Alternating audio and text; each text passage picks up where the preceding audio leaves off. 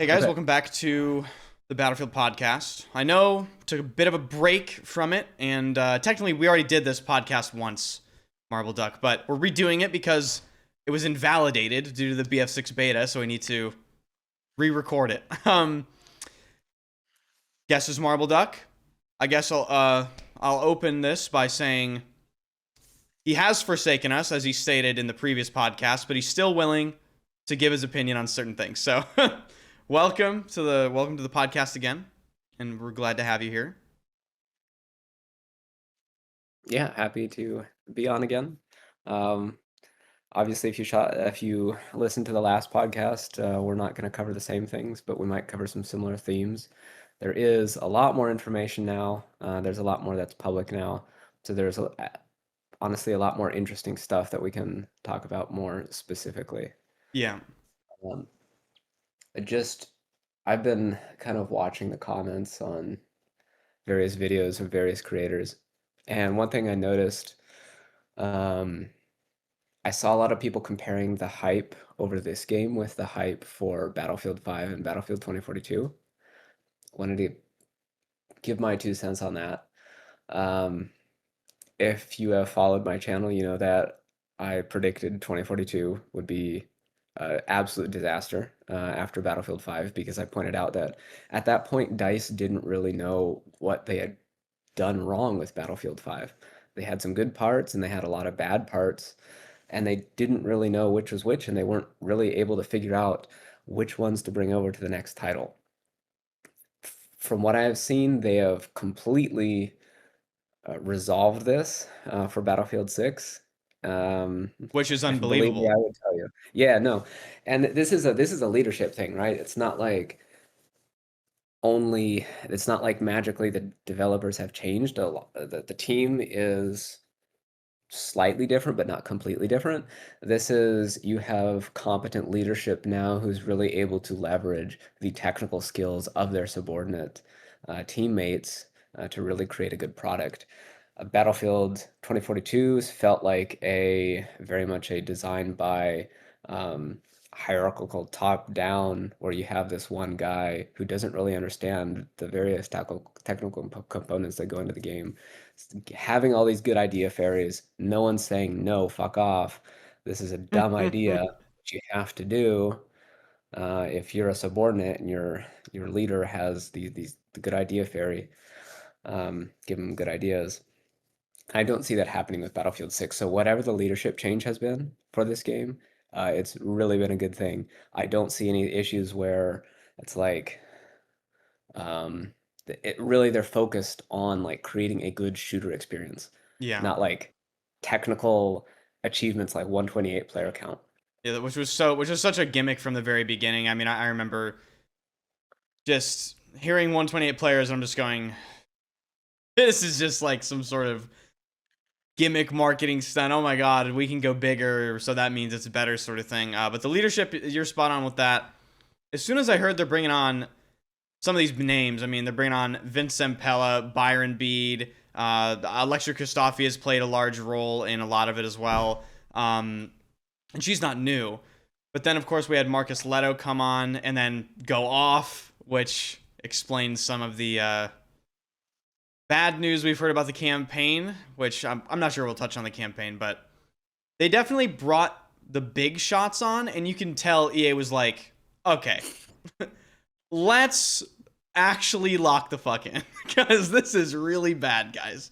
This is really bad, and we need to make a fucking good game now. And I didn't think we would be in this position, honestly, because, well, I guess we'll touch on the beta and your thoughts on what you've seen. I'm not sure how much you've seen, but the BF6 beta was really interesting. I've now been a part of 2, going on 3 Battlefield launches in my, I guess, content creation journey. And this one is a complete 180 in comparison to 2042. I remember being live for the 2042 beta and telling people straight up, I'm like, this game is going to be dog shit and you shouldn't buy it. And just a wall of people, first time chats, you can see if it's the first message they've ever typed, just saying, oh, it's an old build, whatever. It's the beta, basically full cope. And then of course the game releases and it's exactly what I said it would be, and what you said it would be. But with BF6, it's like the consensus is this is suspiciously good. Where's the catch?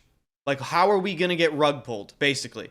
Because it's the community's so like hurt and just broken by the past two titles, where it doesn't even feel like we can have a good game be delivered from EA and DICE and other studios alike. So it's very strange.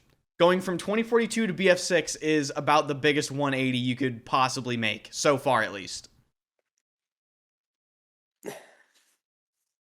Yeah, absolutely. And it really gives you an idea of just as a middle manager. That's what I do. That's my day job. I interface between the senior leadership who sets a vision, sets a climate, and then the people who actually get it done. It's really funny how you can see how senior leadership, the best senior leaders are ones that you're not really aware of existing. If you are a person who's like, a junior designer, a middle designer, where you are responsible for, managing a team maybe of designers. If you're not aware of senior leadership existing, that's probably a pretty good thing. Where senior leadership can really fail is if they micromanage, they set goals without consulting with their subordinate leaders. They try to push stuff down rather than accepting input back up. That's something where you can really fail. I feel like that was really what happened with 2042. This is a question of a failure in leadership. What senior leaders need to do is they need to set the climate, set the tone, set the vision, and then let those technical experts run with that. And it really feels like they have, because for the first time ever, I feel like we're seeing a lot more developer transparency. I like before in BF5, and I'm sure the chat will agree, and maybe I'll put the chat up on the YouTube video in an edit so you guys can see the answers. In BF5, it was like, holy shit, DICE said something. Like, wow, like I'm going to make a 10-minute video over just how unbelievable it is that we actually got a statement from them. And now, prior to BF6, getting followed on Twitter by like lead producers. David Serland is in my chat talking to people in here. He's like one of the main dudes on the game. It's like this is really different. And there's so much regular communication on Twitter and on Reddit now, and they're replying to just random people with random questions all the time. It really feels like they're actually actively trying to show us things are going to be different now, and hopefully there's not going to be some sort of big big catch where maybe the BR fails or something and everything sucks. But it feels a lot different this time around, definitely. So I just want to, based off what you've seen, I'm not sure if you played any of BF6, but what did you think about the beta and the overall reception, and maybe some specific aspects of it, like the direction and some, I don't know, maybe you've seen some gunplay. Just give me your thoughts. Yeah, so the gunplay is really interesting.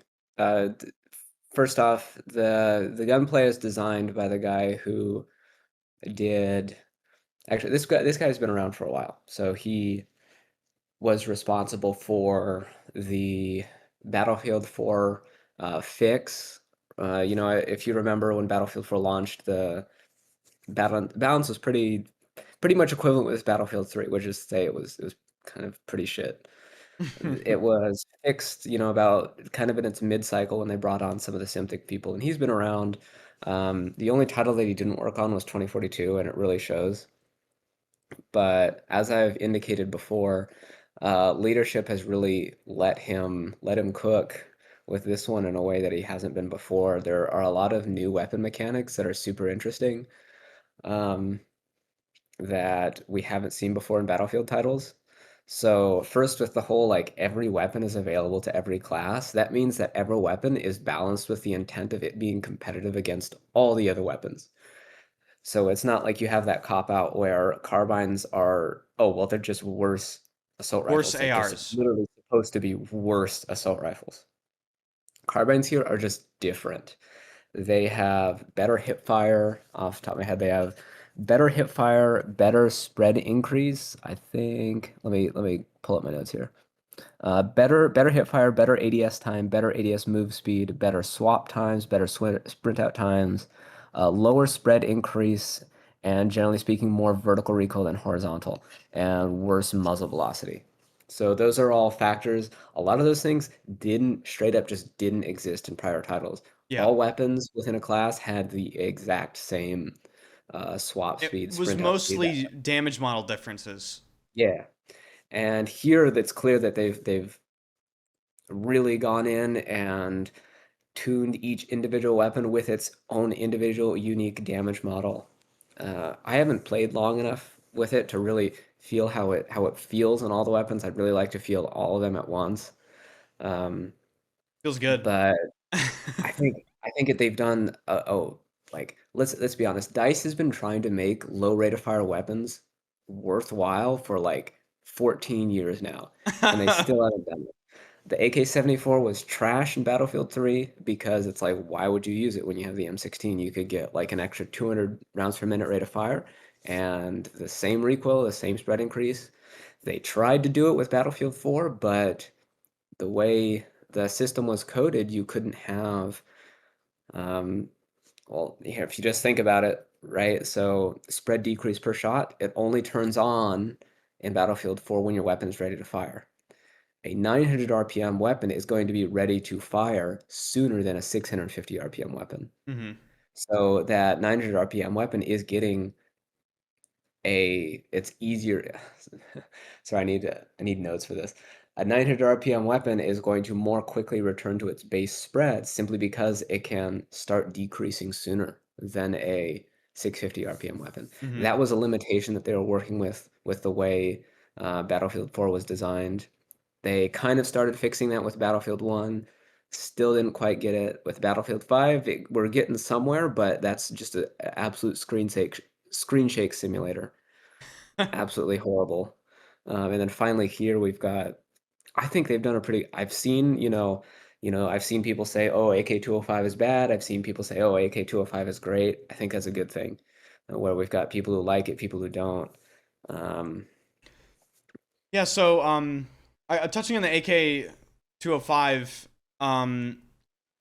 pretty much the only thing that made it viable and interesting was the fact that it offered headshot multiplier changing ammo types. And I want to say that, chat, correct me if I'm wrong, but base HSM was like 1.35, then ballistic tip, soft point, no, it was soft point, put it up to 1.7, and then synthetic tip put it up to 2.1. So you had a weapon that it was initially extremely underwhelming damage model wise, but then you could specialize it to being basically a niche mid-range headshot carbine, which really did not exist before.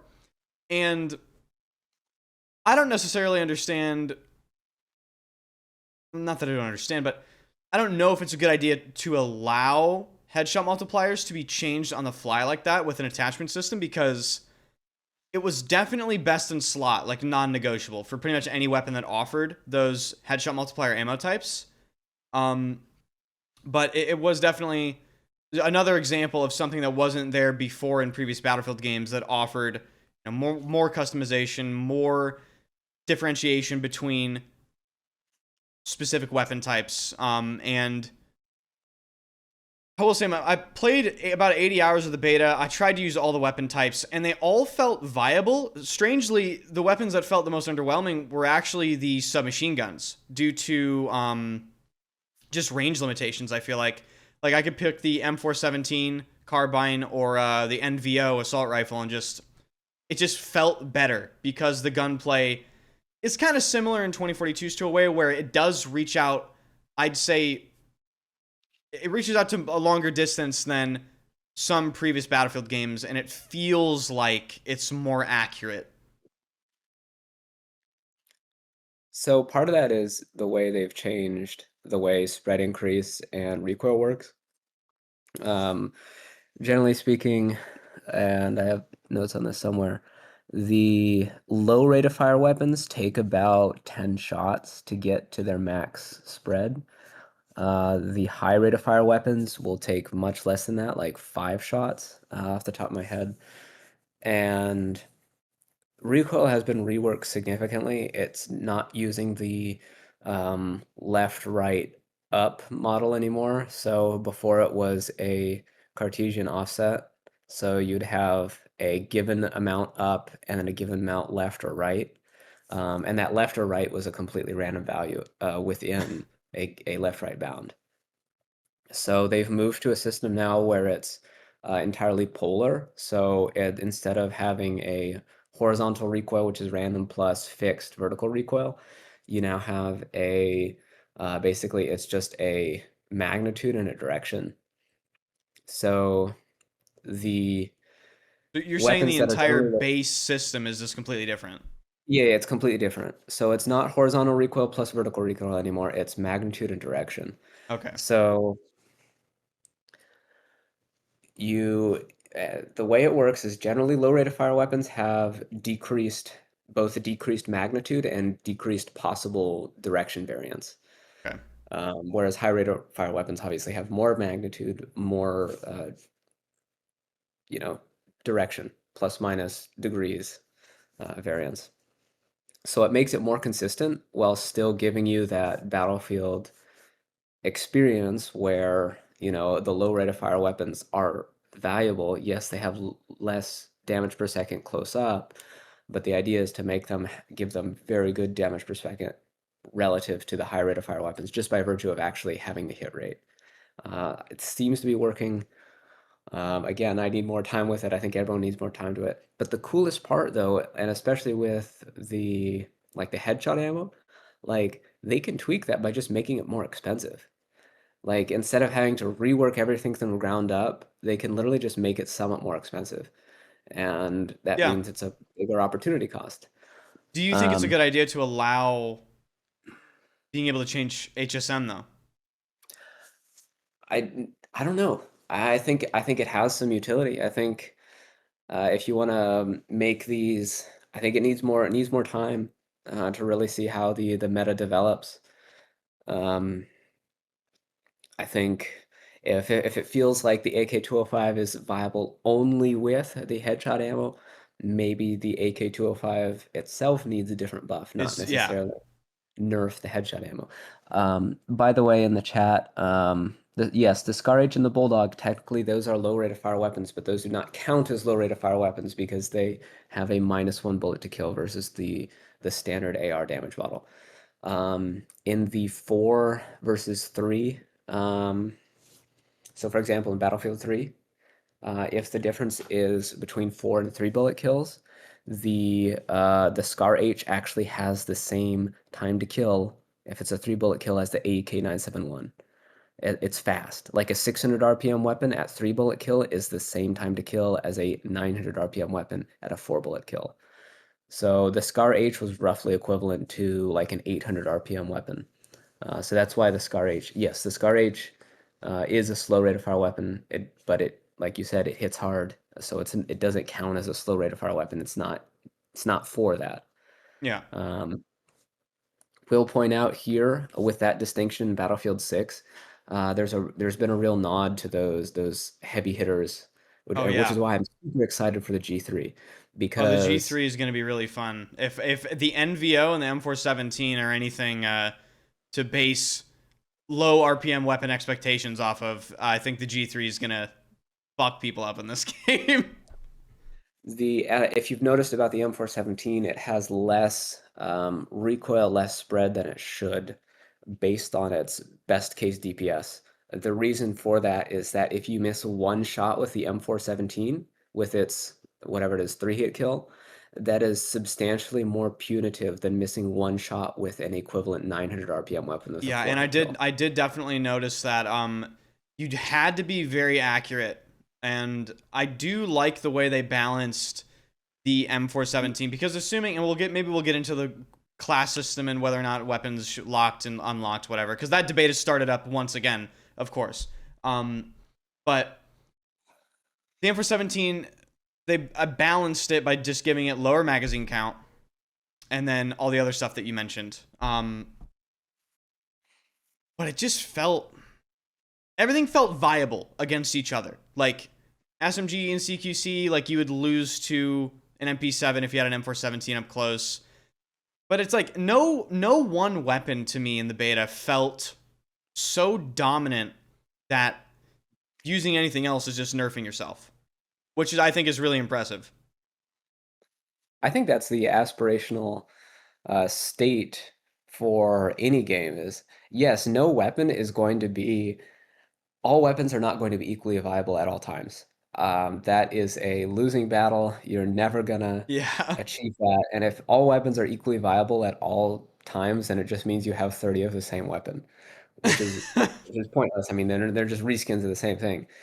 If you can look at the game and say, I am not actively hindering myself by using this weapon, then I think that's a really good spot to be. There are going to be less popular weapons, there are going to be more popular weapons, but so long as you can look at it and say, I am not hurting myself by using this, I think you've made it as far as having a balanced game. I think they're closer to BF6's balance might be better than it might be the best beta balance I've seen for weapon balance. There are some things that are like definitely strong. Like the time to kill was a big debate during the beta. The NVO, I think, had something close to like 200 ms TTK. It was top of my head, somewhere in between 600 to 700 RPM, 3 BTK. So, I mean, this can all be tweaked, but overall, I mean, I could use any assault rifle I wanted, any carbine I wanted, even any LMG really, and it felt good. And I can't say the same for a lot of weapons I used in 2042 and in BF5. Like in BF5, if you used, God, I mean, what was that one gun? Using like the Sten or the MP40 or something like that, like you are just going to die to something else. Well, it's funny because it's like at launch Battlefield 5, the Sten was actually pretty good. Like the Sten wasn't bad at launch BF5 when before the Great Soak. Yeah, the Great Soak was definitely interesting. For those of you that don't understand the inside joke, where you're referring to the TTK changes in BF5. Yeah, when we went patch 5.2, the patch that absolutely destroyed the one good part of Battlefield 5. Yeah. And it The gave us like 10 bullet kill. What was it? The the FG42? That was like a 10 bullet kill. legendary 5 to 13 bullet to kill FG42. A weapon of legend with a 20 round magazine at max distance, at max drop off. You needed to hit 13 bullets to kill that guy. So Just here's amazing. a perfect example of failed leadership by micromanagement. What happened? Okay, so there's an issue that's well known. People are dying too quick. People feel like they die too quick in Battlefield 5. So a leader sees that and says, okay, let's make all the guns have a way worse time to kill at range. That's their solution, right? Okay, people are dying too quick. Okay, we need to get everything way more bullets to kill at range.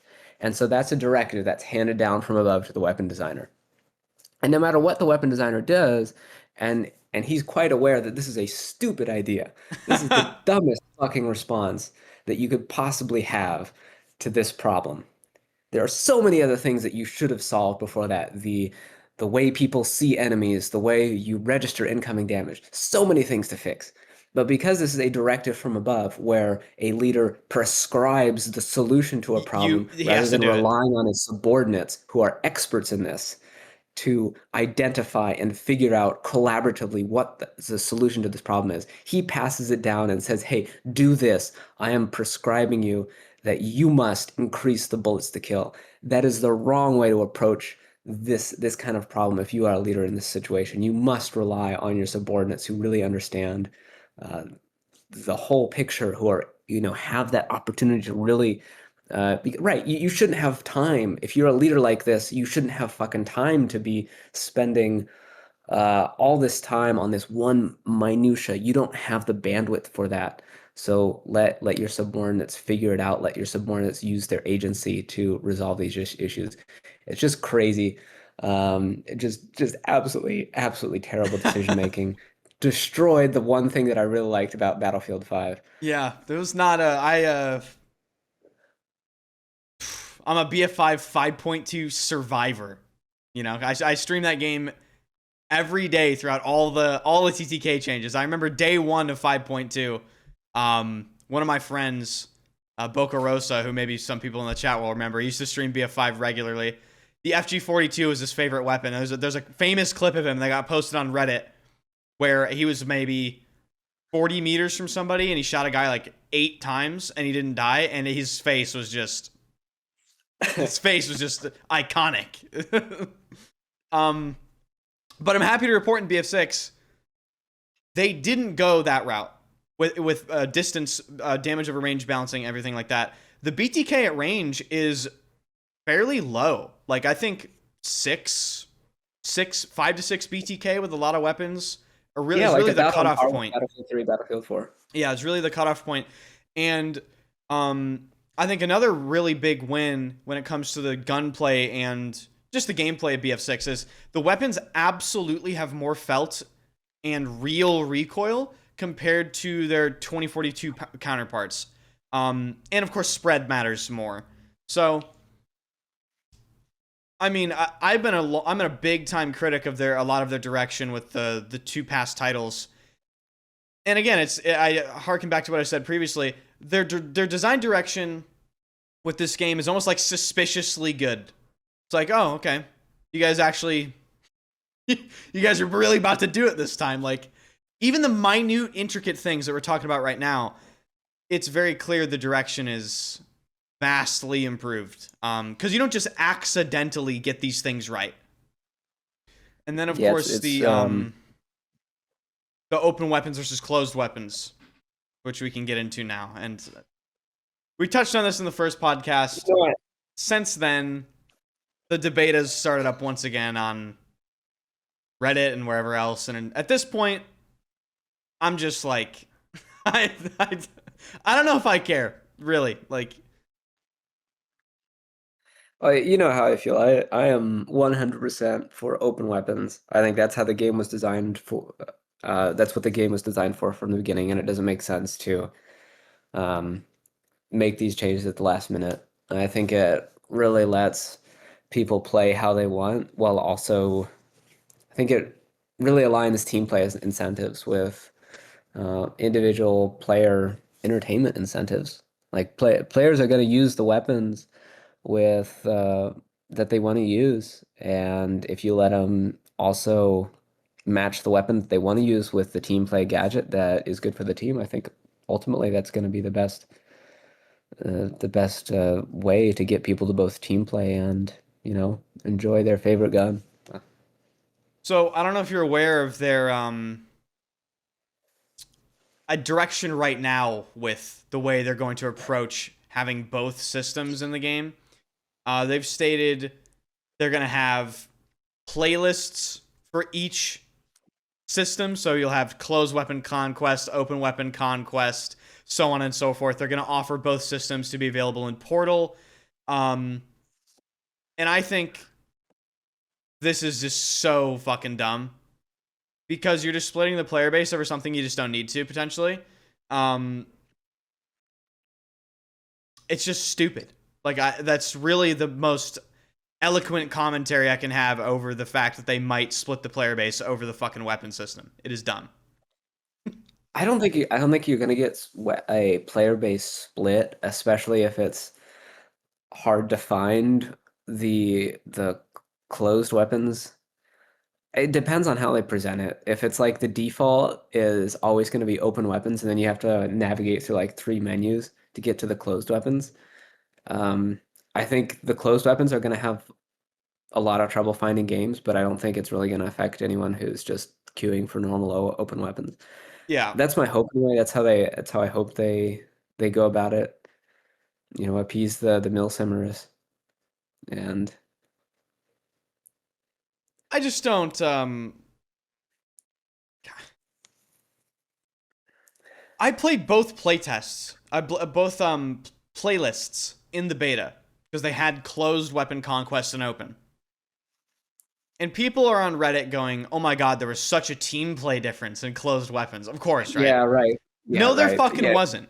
No, there wasn't. The game played identically.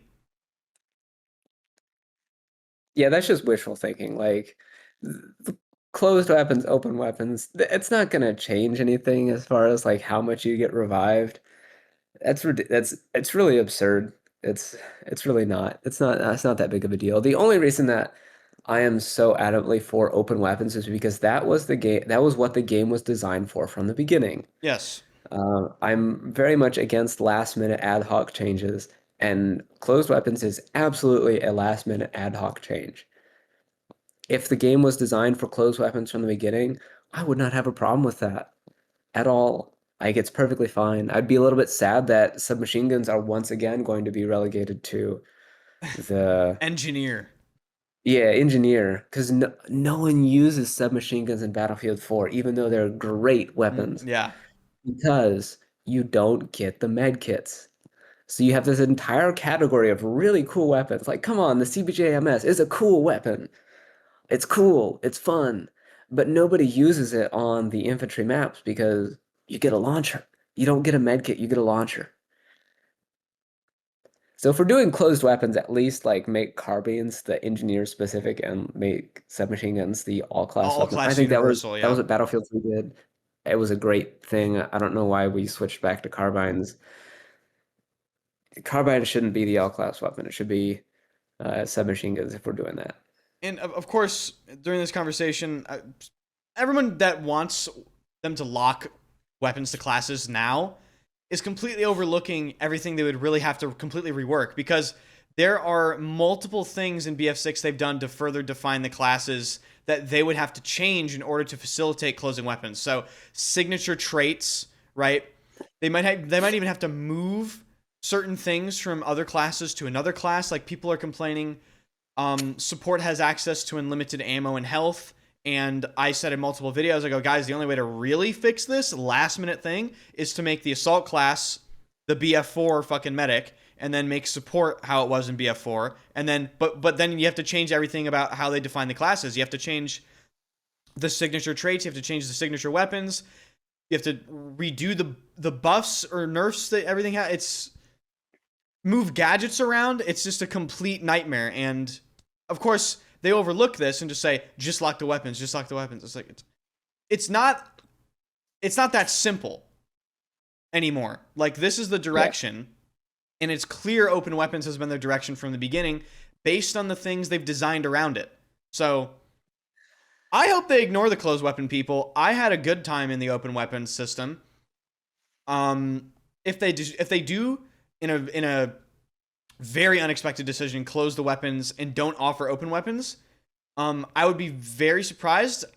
I'll play it just like any other Battlefield game. Like I've seen so many comments. Enders can't get any kills without open weapons. It's like, Guys, you're a doesn't fucking it's not that tourist. Like you are it literally a doesn't matter tourist. that much. Like the people, you still click the button, the weapon still fires, the enemy still dies. It's not that big of a Yeah, deal. Like it's it's like so. it's not.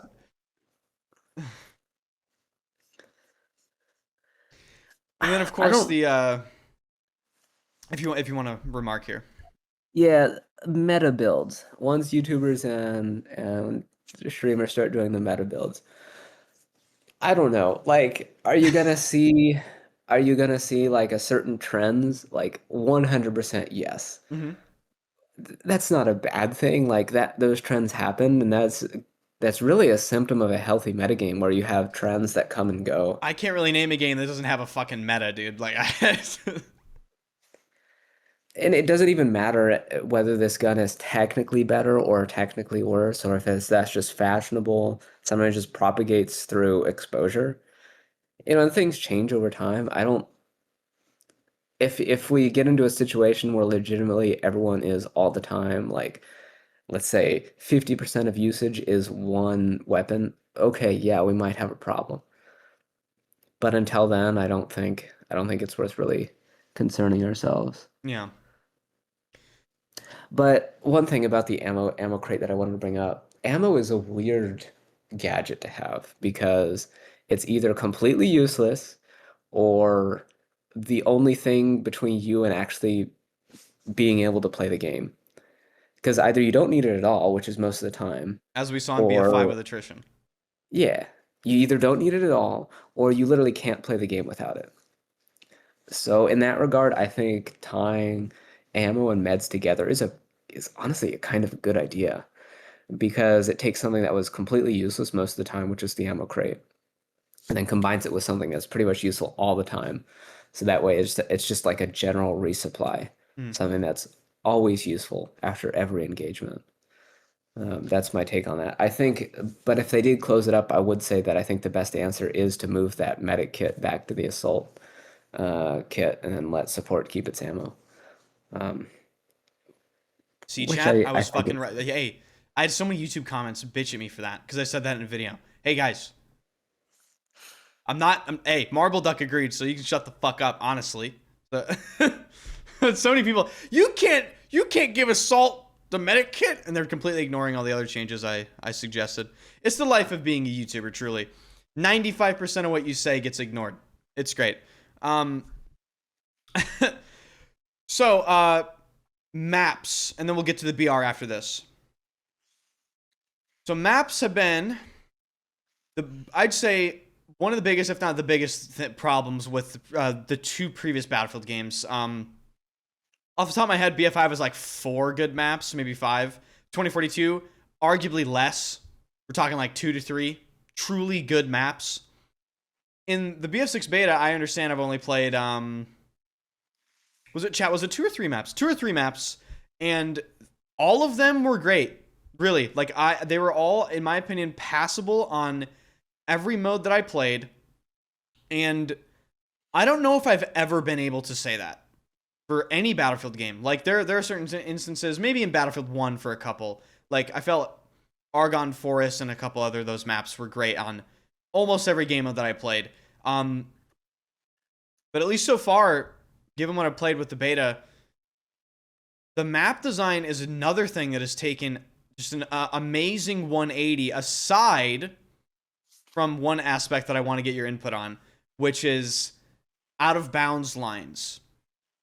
There are still massive problems with the out of bounds lines. And this is something that's overlooked a lot because it was a huge issue in 2042, where you just have great swaths of useless land that really should be out of bounds. And then in other scenarios, you have a situation where on, let's say, breakthrough, you give the attackers too much free reign and the defenders are too restricted based on the out of bounds lines. And there were certain areas in BF6 where I felt it was, again, a massive issue in terms of streamlining some gameplay elements and allowing one team too much freedom and another team too little freedom. So I'm not sure if you have any input on that, but it was yeah, felt for me. I'll be honest with you. Map design to me is like some sort of sorcery. Like I don't understand it at all.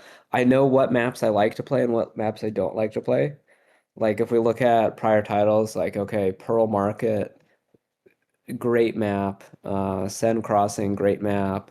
Um, like a couple of those other like medium-sized Battlefield 3 maps, great, fun maps. Then maps you hate to play, like Goldmont Railway, honestly, pretty trash, pretty trash. The the objectives are just too far apart. It's hard to really get a good like infantry experience if you're playing Goldmont.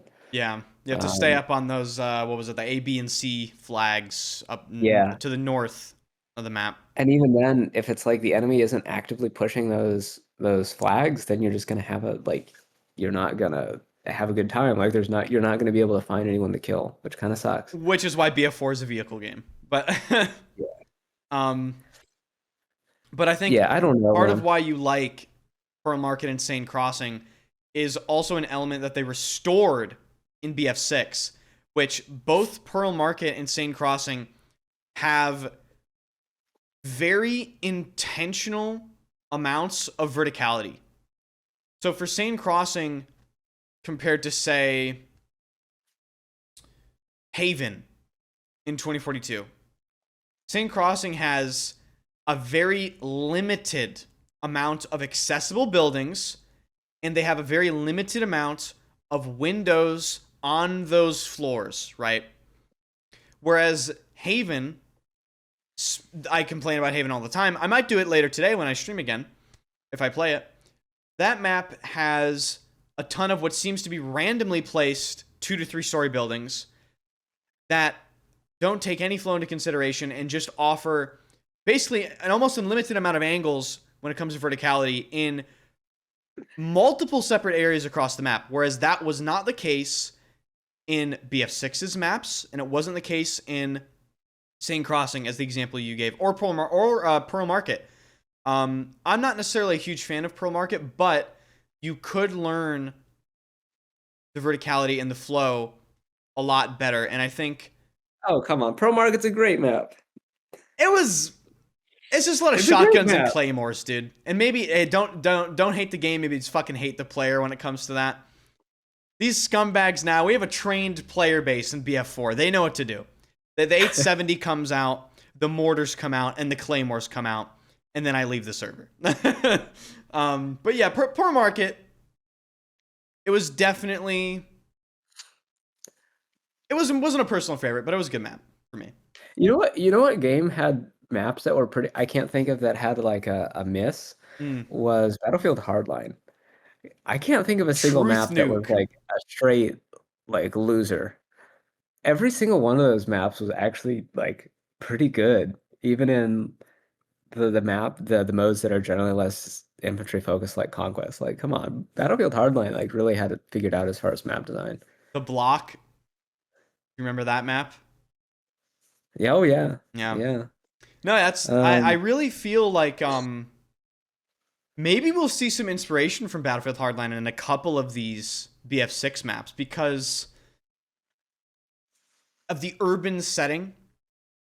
I did feel a slight. I have to be honest. I did feel a slight inspiration from Hardline in the map in New York that we played in the beta. Was it Manhattan or New York? I forget what it was called. You guys know what I'm talking about. It did feel Hardline-esque in the sense that it was an urban location you don't typically fight in, and yeah. I enjoy that.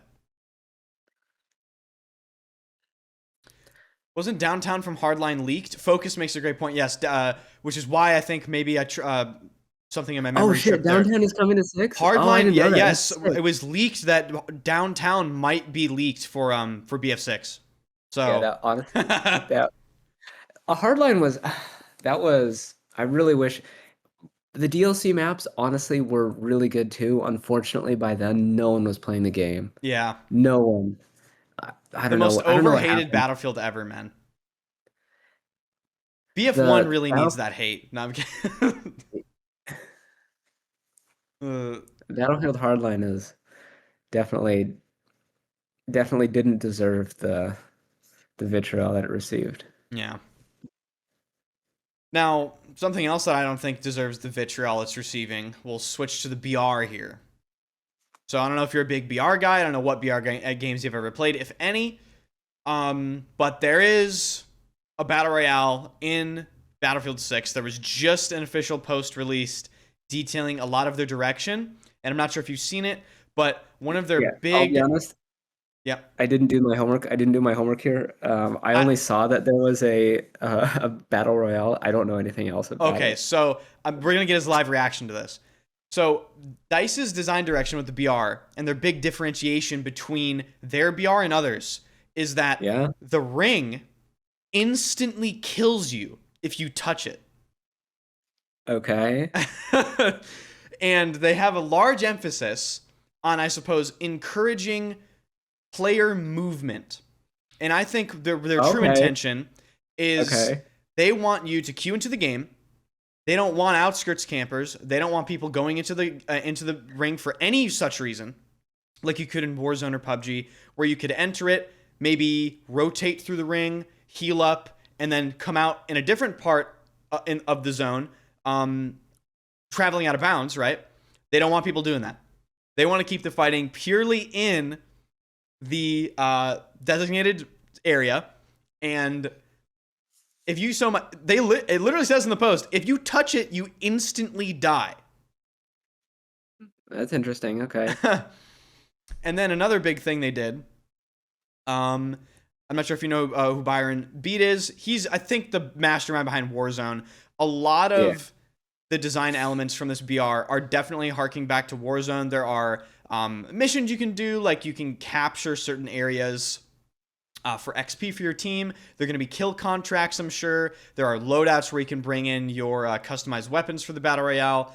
And one of the biggest things, of course, another thing that's going to differentiate this BR from others is because it's Battlefield, they put vehicles in the BR, but you have to, I guess, earn the right for that power weapon. But an interesting dynamic is it might be hard to keep that vehicle alive if the ring instantly kills you, because I can see many scenarios where you're perhaps farther from the center of the zone than you want to be, and it starts closing, and you have a vehicle, and you have to make the decision of whether or not to give that vehicle up because it might be too slow to actually make it in to the playable zone. So there's a lot of interesting things they announced recently. Well, if their focus is to get people moving, I think it's a good place to start. I think one of the most frustrating things in Battle Royale games in general is if you are a player who is trying to move somewhere, do something, and you're beamed from like 200 meters away from some guy who's just sitting prone in a building. That's not really great for gameplay. So if what they're focused on doing is getting people moving, that's a really good place to start. Well, touching on your point with buildings, they also mentioned you can topple buildings. Okay. So they ring instantly kills you, and then if there is a camper, you can just blow it up. So I honestly am very interested to see how this plays. I'm not a huge BR guy, and you know, a lot of people question whether or not they should even be implementing one of these things, but I think it's just an inevitability. I think EA wants more money and more players and more reach, and they want to compete with Warzone. So they were always going to do it. And I think one of the biggest things the core Battlefield community is just completely overlooking, of course, is the fact that the BR is not made for you, you know? It's not made for you core Battlefield player guys that are going to be playing fucking hardcore Conquest and Portal day one. So the huge disconnect there. If it brings over players, Call of Duty players from, I mean, if you think about it, Warzone used to be a pretty grounded military themed shooter experience, and now it's absolutely not. When they started to go downhill, when they tried to bring in weapons from two different games at once, when they brought in the Vanguard weapons, that made no sense. That's just an impossible task to balance two separate games at once. I think if it brings players over who are disenchanted with that, I think it's a good thing for the franchise. I think it's fairly impeccable timing from them as well, because Black Ops 7, the general consensus around that I've seen is people don't give a fuck. Like, this is this is the most vitriol I've seen for COD in a very long time. And I think this is the most positive I've seen people be around Battlefield also in a very long time. So it could be people are saying it could be another BF1 situation. Perhaps it will be.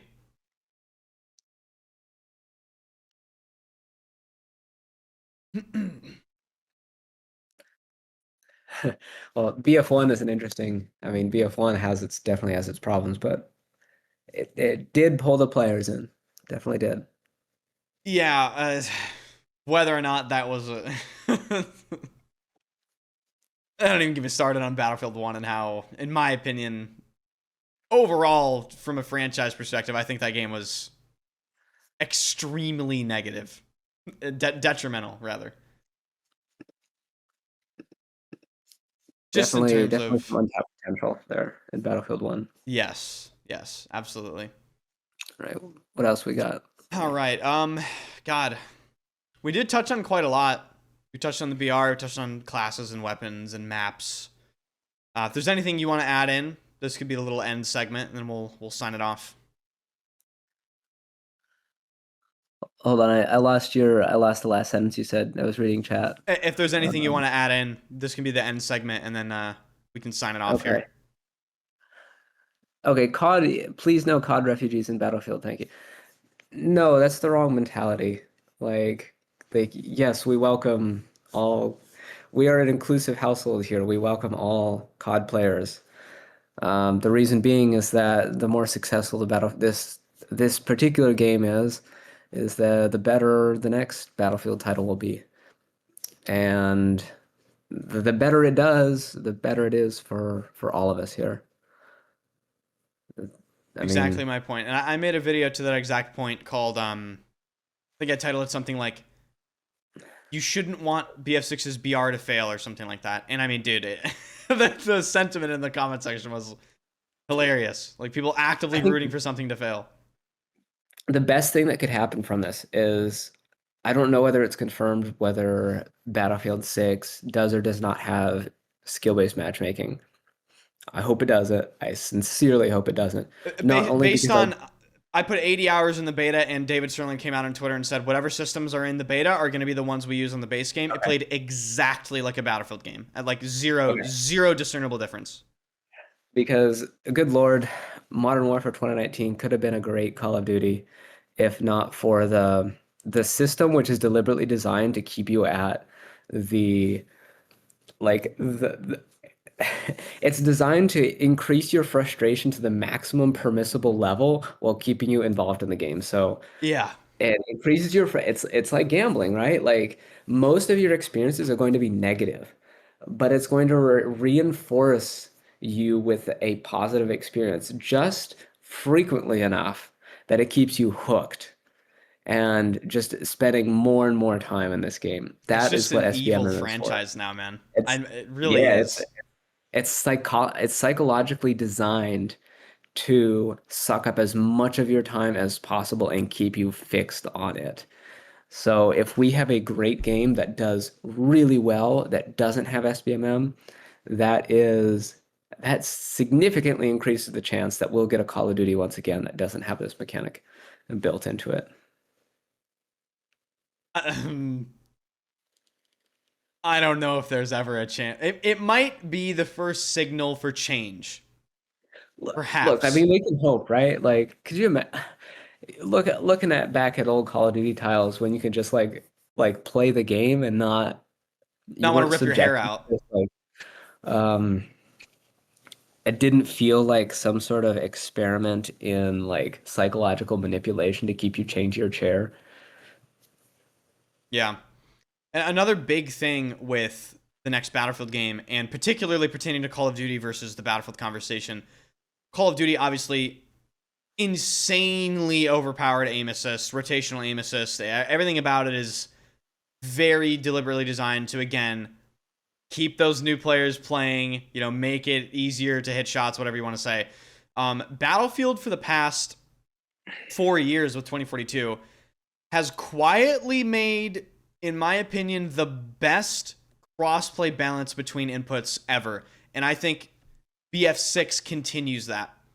Because aim assist, combined with there being, no discernible skill-based matchmaking, aim assist in BF6 and the way they balance the inputs is great.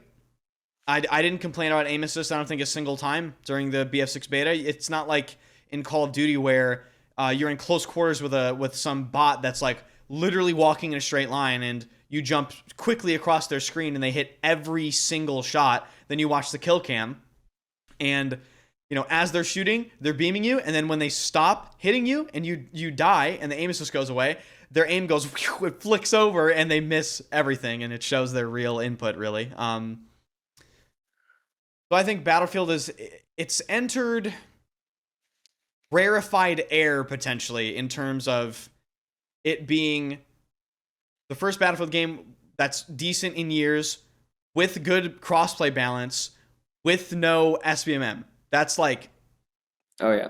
really not been done in the modern gaming space, something like that.